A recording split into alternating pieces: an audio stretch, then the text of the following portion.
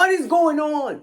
YouTubians, you feel me? Today we're back at it, you know what I'm saying? It's been a while since I've been watching like brain rot content. I used to watch like more special passes, stuff like that. We're not watching those no more, but we are sophisticated human beings. We gotta keep on learning, keep on thriving, keep on striving. You feel me? So like, comment, share, subscribe, because we need to keep on striving, you know what I'm saying? No cap. Weed is a serious drug that can have devastating consequences for your life. This is an unpopular thing to say, but it's true. We don't think it should be illegal because for most people using weed isn't problematic or has only mild negative consequences. Yeah. But about 20% of people who've ever tried it develop cannabis use disorder. Wait, what? What is that? What is that? What is cannabis use disorder? I don't understand that one. This guy just dropped a bomb on us. We need to search it, but I don't know where my phone is. So. And some of them become severely addicted. That's actually a stunning amount of people, and many who start using weed don't know what they're in for. Damn. In the US, daily or near daily weed use has skyrocketed since way before legalization, and there are now more daily users of weed than drinkers of alcohol. Damn. Most daily users consume very high amounts. In 2023, 1 in 15 adult Americans were suffering from some form of cannabis addiction. In England, cannabis is by far the top drug teenagers seek help for. Today, we'll ignore medical use, casual users, and people with mild problems, and instead, we focus on the people who have a serious addiction or are in danger of developing one, even if they're not aware of it. Weed is usually discussed in the context of teenagers because using any drug while your brain is melting and rebuilding itself is a bad idea. Facts. Instead, we'll have a frank conversation about how it affects you in your 20s and 30s. We'll combine research with our own personal experience of weed addiction. Unfortunately, we do have plenty of both. Please check out our sources, but also know this script is written by someone who used weed daily for 15 years before quitting. Damn, bro, you smoked weed for 15 years. Oh, nah, that's an actual addiction, bro. That's a high, like, yo, bro, 15 years is crazy, gang. 15 years smoking weed. That's like you saying, bro, like 15 years. 15 years is crazy, bro. Just know 15 years is crazy. Okay, so let's get into it. Becoming addicted by accident. Okay. Most people slip into addiction gradually and slowly. They Right. start using weed for a variety of reasons, to experiment, to cope or unwind from stress, because it's fun and easily available. Weed can make you feel more alive and things more exciting. Music sounds better, movies are funnier, Right. food is a delight.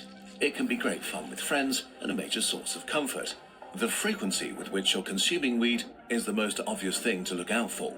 If you're using daily or almost daily, this is a clear sign you're developing a problem. Facts, bro. And niggas, bro, people don't want to be honest when you speak about the fact that, yo, bro, you addicted to weed. They're like, nah, bro, me, I'm not addicted to weed. What do you mean, dog? You smoke every day. You're not addicted to weed. How can you do something every single day and you're not addicted to it? If you eat McDonald's every single day, you are addicted to McDonald's. So if I say you addicted, bro, just take it, bro, because I'm just trying to protect you, bro. I'm trying to make sure that your lungs can breathe when you're 50. You understand? I don't know if we can damage lungs, but come on, it can damage some type of brain cells. I'm not gonna. As a daily Facts. user, your risk of cannabis use disorder is up to 30%, and certainly a pretty relevant risk. What is since it might cannabis take use years disorder, before bro? you realize the full weight of it. So, if you're not careful about it, what started out as an occasional high becomes more and more normalized. Bit by bit, your weekends revolve around weed or shift to activities that you can do stoned. Damn. Often other hobbies or obligations become less of a priority. Then it creeps into most weekdays, and finally, it's an established ritual every day.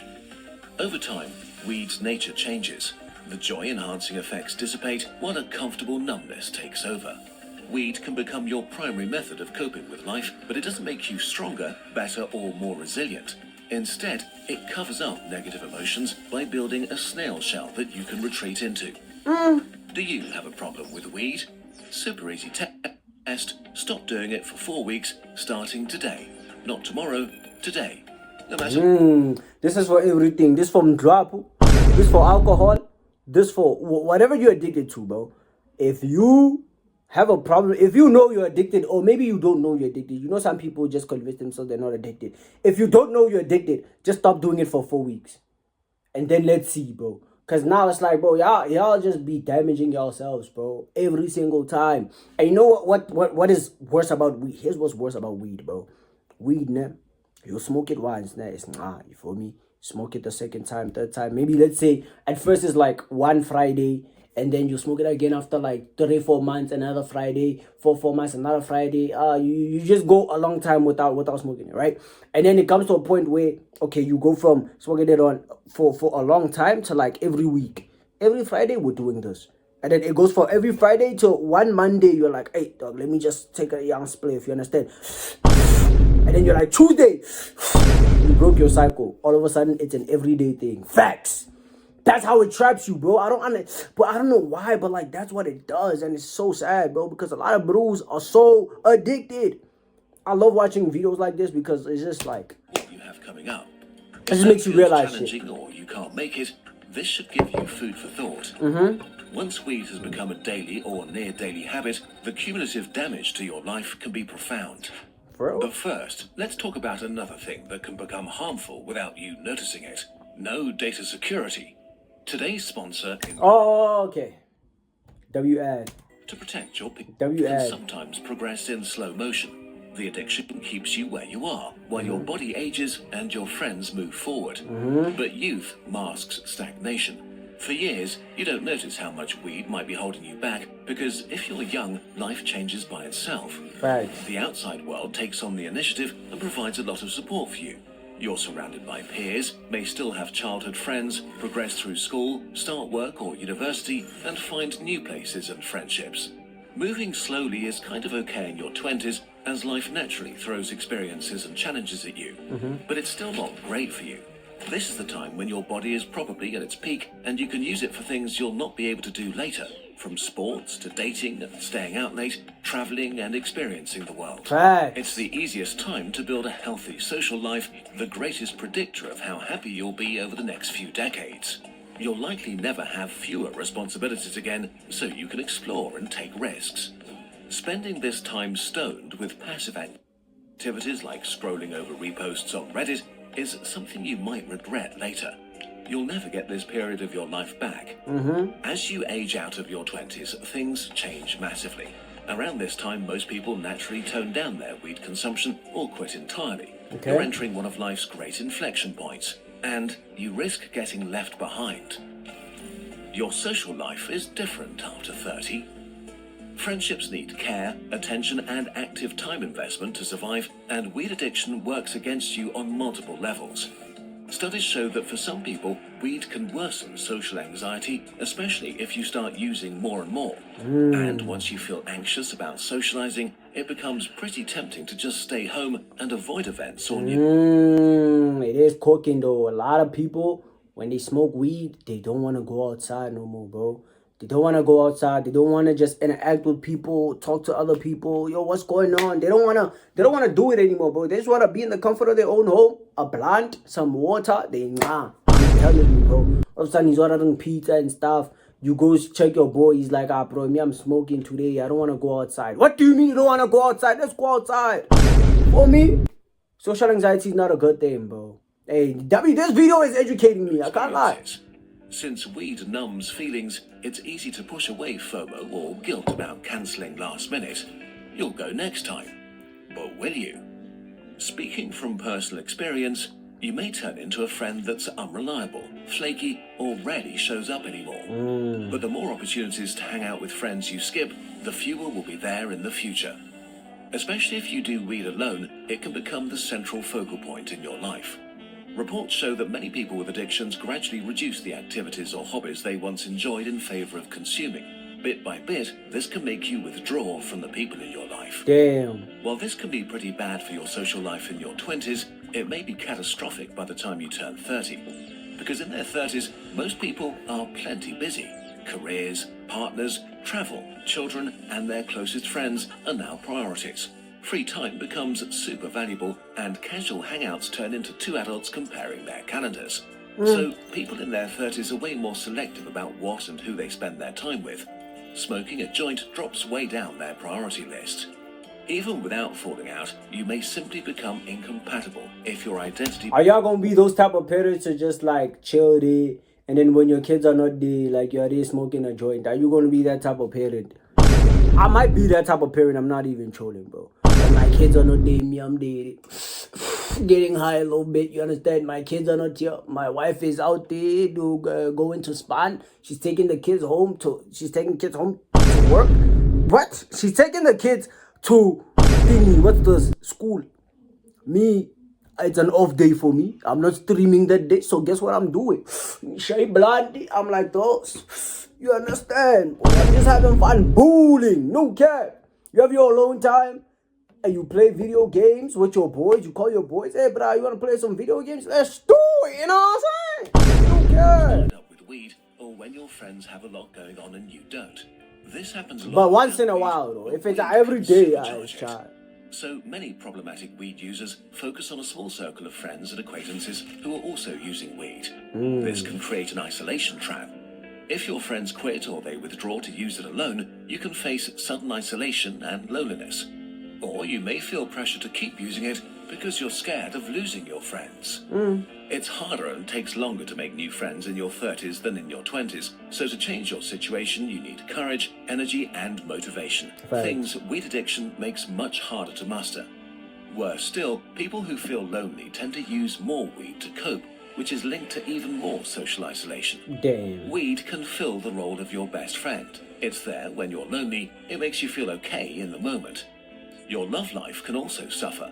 Social anxiety and complacency is a great motivator to put off dating and having sexual experiences in your 20s, and it doesn't get much easier as time passes. In relationships, weed addiction can be extremely disruptive.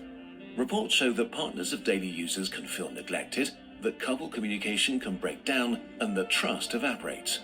The addicted partner usually doesn't realize how poorly they're handling relationship issues and can be blindsided when their love leaves them. Damn. And to be frank, in their 30s, people want a partner who's ready to share the growing responsibilities of adulthood and Right. wants to build a life together. The It older was so crazy how like you were once a kid and then budu wapanya, you're 20 years old, and then all of a sudden you're 30 years old. All of a sudden you're in your 50s, and all of a sudden you're 60 and you're looking back and you're like, damn, like I had a horrible life. That is insane, bro. That is insane. Oh, chase your dream, bro. Me, dog. Me, I always tell niggas, bro, like, bruh, just go for what you love, bro. I can't lie. All this thing of listening to people telling you how you should live, how you shouldn't live. But when you're 60, nobody cares, bro. Nobody cares about that advice that bro gave you. Nobody cares, bro. Even the advice I'm giving you today, nobody cares about my advice, bro. If I give you advice right now, nobody cares. At the end of the day, bro, all I'm saying is, bro, while you're still young, chase your dreams, bro. Because you're going to remember this time. And then you're going to think, oh, shit, I decided to live Zbahle's life when I should have lived my own life. And I should have chased my own dreams. And I should have done whatever I wanted to do. But I decided to do whatever everybody else wanted me to do. And now I'm stuck. Facts. you get, the more unattractive your weed addiction makes you. Okay, but who needs friends or love if you have a career, right? What? The achievement delay machine. Long-term studies show that heavy weed users are more likely to end up with reduced academic performance, a worse education, lower income, less savings, and less stable employment. Damn. Even when compared to people from similar family backgrounds and social class. Many people with weed addiction struggle to show up for work. They're not productive, they procrastinate, and they fail to meet their responsibilities. Yo, boy, that's facts, bro. Even me, boy, when I was a weed user, I was procrastinating as hell. I'll tell myself, bro, I'ma study. No, I wasn't studying, bro. I was going to my boys again. We're going to smoke. I would chill in the crib. I'm like, okay, now I'ma study. No, I'm not studying, bro. I'ma take a bath. Go back to my boys. Shy joint again. I come back. Now I'ma study. We'll see you late at night. That's when I decide, okay, shop. Now I need to lock in, and that's procrastination right there, bro. You end up not reaching your goals because you're smoking too much. You've reached your smoking goals, but you don't reach your real life goals. Facts. Yo, bro, I love this. I love videos like this now, bro. No cap. The consequences of missed opportunities and bad decisions slowly accumulate. Maybe you skipped networking events, had no ambition, and didn't get promoted, or hopped between entry-level jobs. Damn. It's also much harder to build up savings since the addiction can cost you thousands each year. In your 20s, you transition from being useless to being good at something. And so in your 30s, expectations from others and yourself change sharply. People tend to cut you a lot of slack when you're young, but this has an expiration date. The Facts. older you get, the worse it feels to compare yourself to peers that are moving Facts. on in life and start achieving things. Facts. And it's not just career goals. If you spend a decade or two using weed all the time, you grow less as a person. You probably traveled less, went out less, met fewer people, had fewer interesting experiences, and in a way, lived less than your peers, which also really becomes noticeable in your 30s. In some studies, long-term chronic weed users had significantly lower life satisfaction, from their Damn. motivation and pursuit of personal goals, social and love life, to careers and options. Your life may just overall be much less fun and fulfilling than it could have been. Damn, that's crazy, bro. And like now it's like, yo, what's the point? And even you're gonna ask yourself, what's the point? And that's when niggas start getting the rope, and then they start standing on top of fridges now. Let me tell you something, bro. Take care of yourself. Stop doing drugs. Love yourself. No cap.